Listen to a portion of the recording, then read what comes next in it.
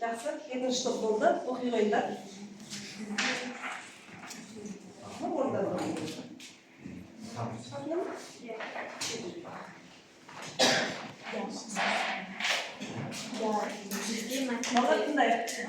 Бізге мәтін бірінші сөйлемде синтаксистік талдау жасау керек болды. Сөйлем бүгінде қазақ қаласы әлемнің үздік сәулетшілерімен қатар отандық сәулет өнері шеберлерінің керемет идеяларын іске асыратын құт мекенге айналды.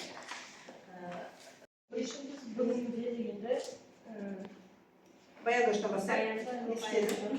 Естеді, айналды. Одан кейін бастауыш не қазақ қаласы. Бізде қашан сұрағына жауап беретін бүгінде деген сөз ол бізде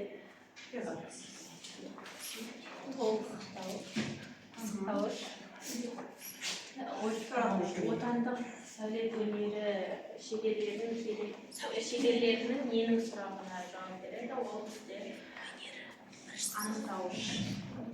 Керемет идеялары іске асыратын құт мекенге айналды. Жақсы.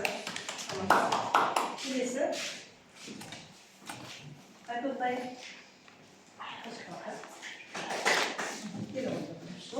Мәтінде аталған суретшілердің есімдерімен олардың еңбектерін содан қысқаға нұсқа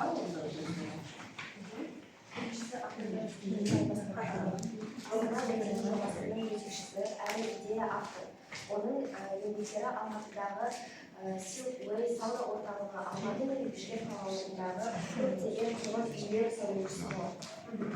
Екіншісі Шоқан Матайбеков, ол Астана қаласының бас архитекторы.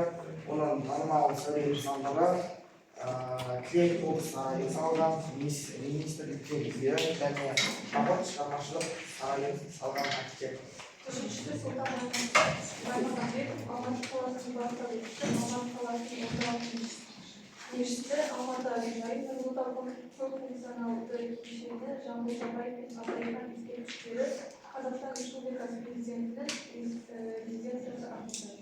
Екіншісі Борис Спарғалиев 2000 жылғы архитектура саласында докторлық диссертациясы бар қазақтың алғашқы сәулетші докторы атанған ғалым. Отырамыз. Жақсы. Тамаша.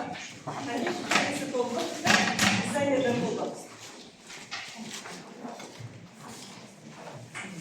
Сізге берілген сөйлем сәулетшілердің ой қиялынан туған кез келген ғимарат, құрылыс, шындап бергенде өнер туындысы, сәулет өнері туындысы болып саналады. Бұл күрделі сөйлем бірнеше сөйлемнен құралған. Сәулетшілердің ой қиялынан бұл ілік секторындегі баяндауыш не істейді болып саналады. Не болып саналады сәулет өнері. Екінші сөйлем не істейді туған не туған ғимарат. Қандай ғимарат сәулетшілердің ой қиялынан туған. Бұл анықтауыш.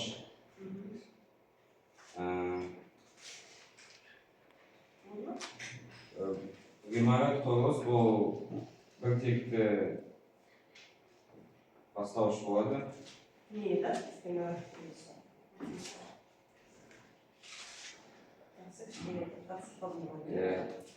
Жарайды.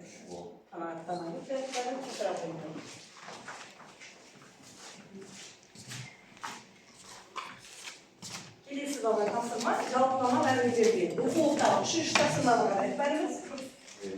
Үшінші тапсырманы бала. Осы жерде бала біз қазір осы берілген мәтінді орын тәртібін ауыстырып, өзіміз құрастырып жазайық. Оқуларына да болады, ауызша оқуларына да.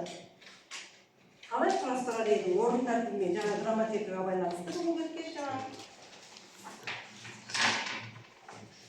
Мазмұнын сақтаймыз, тек орын тәртібімен ауыстырып жазамыз. Басталды кетіп балаш кетіп Дайсыз бе?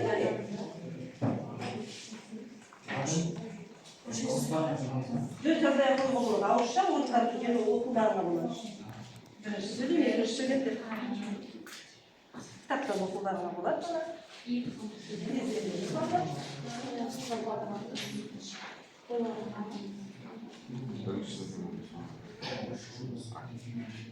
Neyse de ben? Kıskanırız, arasında koyalım. Avuşta. Avuşta kırıldı. Oradan böyle uçuyor. Top başları bağlı olduğunu sayıyorlar.